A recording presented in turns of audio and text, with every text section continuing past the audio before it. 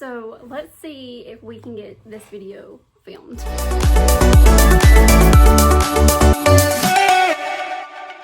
Hi guys, welcome back to my channel. If you're new here, my name is Jessica Whaley. I am a 3-time self-published romance author, and I'm starting to just rebrand my YouTube channel over here. I want to do more how-to videos to help you if you were on your self-publishing journey. You know, if it wasn't for people who took the time out of their lives and gave advice on the internet for people who, like me, who didn't know anything about the self-publishing world, then I would have never learned what I have over the past year. So my goal is for this channel to be a space for you to come and learn. Bear with me today. I did not get dressed up for this video. I did not put makeup on. I legit have been feeling so blah today. Mother Nature has decided to grace me with her presence. I'm thankful she has made her arrival before Christmas. Thank you. Because I want to be able to enjoy the Christmas holiday and get-togethers and things like that. While I do plan to go more in depth this year or this new year with these certain topics I'm going to talk about, this video is more of an overview, a summary of those topics. I'll link things down below for you as well. It's for websites for you to check out. But this is just something for you to take notes on and really start to build a foundation as far as learning and things you might need to know for your self-publishing journey. So today's topics are things outside of writing the book. If you hear little tip taps on the floor, it's my golden doodle, Artie. Come here, come up here. I don't know if y'all can see him, but his little tippy toes are on the floor, and you might hear Dad a little bit. Okay, buddy, get down. This video isn't pertaining to the book itself. Like, you know, you need to have a book written or to write a book for this stuff to apply. But this is more of the marketing, ISBNs, copyright, things that pertain to everything but the book itself that I've had to learn this year. Okay, step one, once you finish your book, you can even start on some of these before you finish your book, like the editor. Step one is the editor. Editors are so important, and it's something that I very, very, very, very much recommend you investing in for your book. The editor that I started out with is not the editor that I currently use, and you know, it's an investment. And I very much would tell you that the two things you should invest the most on is your editor and your book cover. Unfortunately, some readers, when they review your book, they review more than just the storyline. They will review your grammar as well. Ask me how I know. So please, please, please, please, please be mindful when choosing an editor. I found an editor by accident. Actually, one of my best friends used her for something besides writing a book, and then she sent me her info, and that's how we came to work together. I do know that I'm in a Facebook group on Facebook.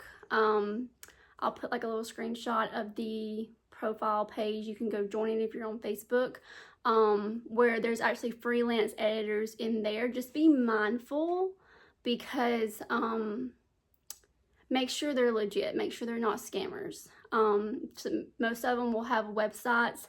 They will have work that they have done that they can showcase to you before you get into like payments and things like that. Other than Facebook groups, if you have author friends or reader friends that you know of, reach out to them. Ask them if they know anybody personally. It's all just I wish I had more to go by with the editor, but mine fell into my lap on accident, and I love her. She's been awesome to work with, but unfortunately she is not an actual book editor, so I don't feel comfortable giving out her info for a mass, you know, people running to her inbox. But I would definitely check out like the Facebook groups, personal people you know.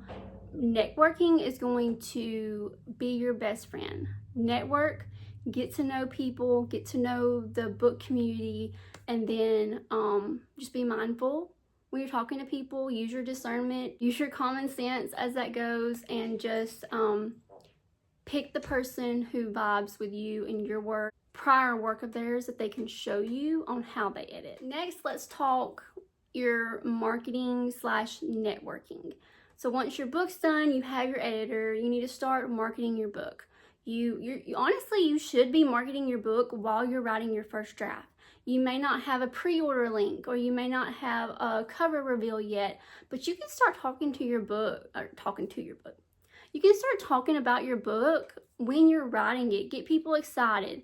Start making reels with like quotes from what you wrote, or set up fun like teasers and things for a cover reveal and a character reveal and just things like that.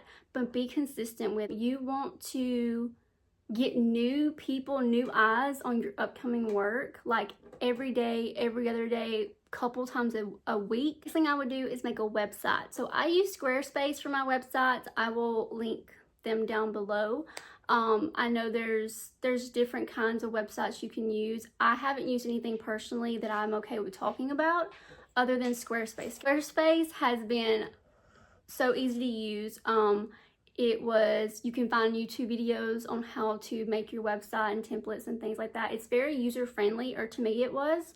So I would recommend Squarespace. I have bought my domain. My website is mine. All that I did pay for it. But I think it's like an annual fee. So, and it's not much. Or to me, it didn't seem like it was much. To me, it seemed like a fair price for what I was getting. In your website, you should have an About You page. So something personal about you. You should have a Coming Soon tab. Currently published work tabs. That can come later once you do publish, but it needs to have a published tab, or that's what I have, and it's really worked out well. And then you need to have a newsletter tab. So social media is wonderful. It is great, but we have seen over the past couple years that they can glitch and they can stop working and things can go wrong with them. So a newsletter is great to have people pour into or sign up for, I guess what I'm trying to say. And you can send out information to them through email, and Squarespace does it for you. You have an email campaign on your Squarespace website for your newsletter, and you can make newsletters to send out to your email people or your newsletter people who have subscribed. Subscribing for them is free. They just put in their email, and when you're ready to announce something, you can even put links in it and send it straight to their email. It is like perfection. Another thing I would make sure I had besides the website is a link tree. My link tree is on all my socials. I think besides my TikTok, my TikTok does have my Instagram linked. Your link tree should have all your books on it that you publish. You even put a pre-order link on it as well. And it's just a place, and you put your website on it. You can put all kinds of things linked on it. And I just like it because it's one little spot you can put in your bio on your socials, and then somebody can go and all of your important links are there. My YouTube channel's on mine, my author website, my Amazon page, my Amazon author account, all the above is on my link tree, and it's just one little link that's in my bio on my socials that people can click, and all the important links are there. Sorry, got a phone call. It messed me up. I don't even know if I'm still in like the same place I was when I was filming. But next thing I would do is look into book covers. So honestly, while you're writing your book, you should be already researching book covers. I made my first book cover. I actually made the second one too because I wanted them to match. But after doing that, I realized how important it is to invest into something like book covers, because people judge a book by its cover. I'm guilty of it. You're guilty of it. I know. We all are.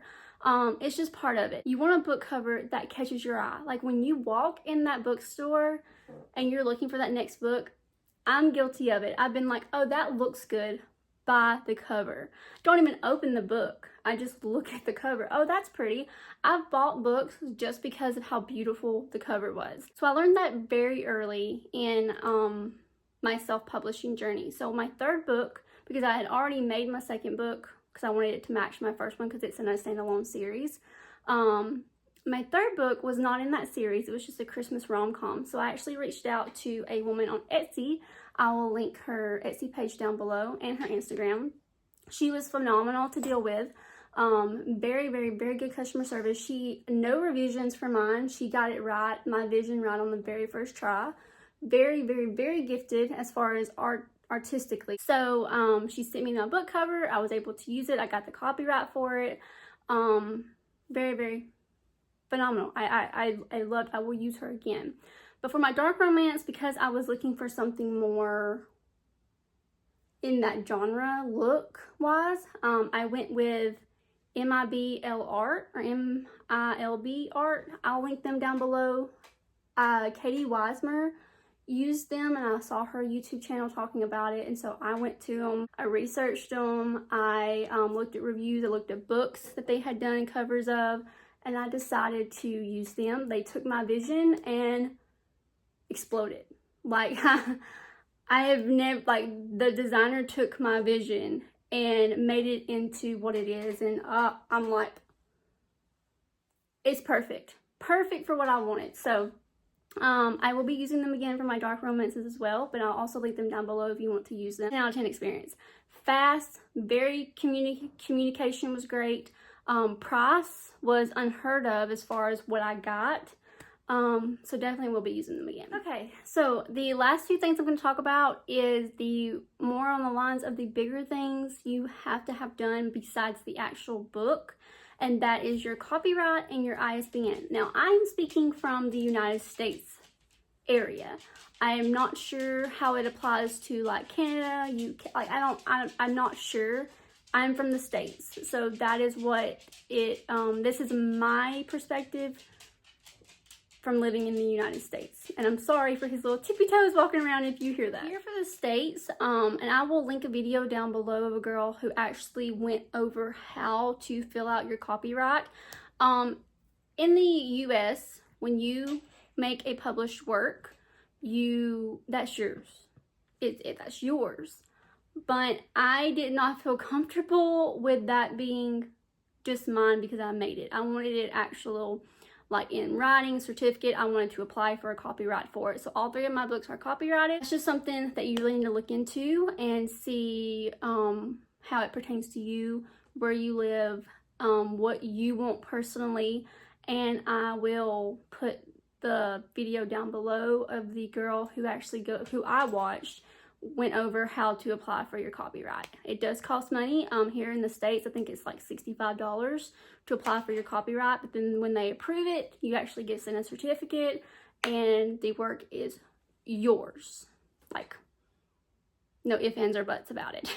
Okay, last thing, and to me, this was the most expensive thing that I've had to ever spend money on for my books, and that is your ISBN. So your ISBNs, as far as here in the States, I'm not sure how it works anywhere else, so please do your research if you're not from the States. But every format of your book, whether it's ebook, paperback, hardback, you have to have your own ISBN for that book.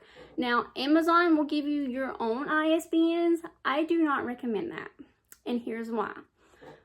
Because I want my books on other platforms besides my books are in Kindle Unlimited. So only Kindle Unlimited has my ebooks. But my other physical books, I want in other places. If you use an Amazon ISBN, don't quote me, do your research on it, but I'm 90% sure that Amazon owns your book. And I worked really, really hard I worked really hard for those 3 books. I stressed myself out. My cortisone levels were through the roof. I wanted to protect my rights for my book and my work any way possible. I was able to get a bundle deal of like 10 ISBNs for like, I think it was $200. I will post the website down below where you can actually go and buy your ISBNs. I bought mine from Bowker, and that was really easy to do. They just are expensive. You can, from what they had this past year, they had like a 10 bundle for like $200, or you could get them like one at a time, and I think they were like $150. And the fact that don't quote me on that, because I bought my 10 earlier in the year, so it's been a hot minute since I bought some. I'll have to this coming year. But I have 2 formats for each of my books, and I have 3 books out. So I have already used this year 6 ISBNs when I bought 10. So I have just enough to use for my dark romance, and then my one more book for next year, and then I'll have to buy more. So I very, very, very much recommend doing the bundle if you can. ISBNs are just something you have to have for your format of the book that you're producing. And then what they do is whoever prints the book will put the ISBN on the barcode on the back of your book when they print it. And then whatever numbers come on that ISBN for that certain format, for like your ebook or your paperback or your hardback, whatever numbers is for that specific format is in a database. So libraries can pull your book, bookstores can search and buy your books just from that barcode. So that's why I recommend buying your own ISBNs and not allowing a place like KDP and Amazon to give you a free one. While that sounds great and wonderful to someone who's on a budget, because I was on a budget. My first book, I was on a budget because I wouldn't know what I was doing. But I got to watching videos and seeing other people's perspective of it. And I was like, you know what? I don't want no other place to have the rights to something that I worked so hard for. So that was my ultimate decision on buying my bundle of my ISBN so I could have my own ISBN code for every format of my books. So while I am still learning, I am not a pro at this. This is just those little things that if I was starting over and I was writing a book right now, I would 100% be researching these things. These are things, like especially if like this month was my first month starting my self-publishing journey, and in 2025 I wanted to release my book. These are things that I would be taking notes on and watching as many YouTube videos on as I can. Now be mindful, because some videos only want to give you information for the views. So be very mindful of videos that you do watch and information you are giving. Use your common sense, use your brain, ask questions. If you need to, ask people you know. If you have any questions for me or certain videos you want me to do or break down, please comment below. I was very thankful for the ones who have put their content out there and put information out there for me, because that was overwhelming. When I was starting my journey, I was like, where do I begin? What do I do? Like, I know I have to write the book, but like, what do I do after that? And it was so overwhelming and my anxiety was through the roof. But I was like, you know what? I have to learn. If I want to get anywhere, I have to learn. So I stayed up late. I binge watched videos. I took notes. I failed and I kept going. So that's just the biggest advice I can give you is, if you feel like you did something wrong or you made a mistake, learn from it and keep going. Take these little nuggets that I have given you in this video and go to other channels or go in the search bar and search those certain things. And then take notes. Take many, many, many notes. I do plan the first of the year to take each little subject that I talked about in this video and actually doing a deep dive into them and doing their own video explaining them more in depth. But for now, I just want to give you these little nuggets to get your mind rolling and start researching as you're starting your journey to self-publishing. The best thing I did this year was took a chance on myself, was learned to do something that I had never done before and just run with it. And so I encourage you to do the same. A year from now, your life can look totally different if you let it, but you have to let it. You have to learn. It's not going to do the work for you.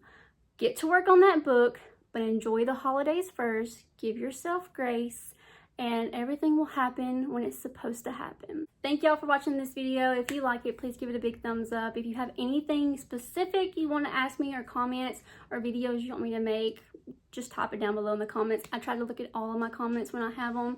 And yeah, I'm gonna go curl back up on the couch on a heating pad because Mother Nature is Mother Naturing right now. Thank y'all so much for a wonderful year. I can't explain enough the gratitude and thankfulness that I have for all the support, all the people who have read my books, all the people who have given me encouraging words this year. It's been a surreal year, and I'm so excited for what next year has in store. I just want to say thank you. Thank you from the bottom of my heart. I hope you really know how grateful I am, because this year was not in my plans, and it's crazy. Your life can really change in a year. That's all I'm saying. Please know that. Please, please, please know that. If you want to read any of my books, I do have them all linked down below, my socials as well. I love y'all. I hope you have a wonderful holiday season, and I will see you next time. Bye, guys.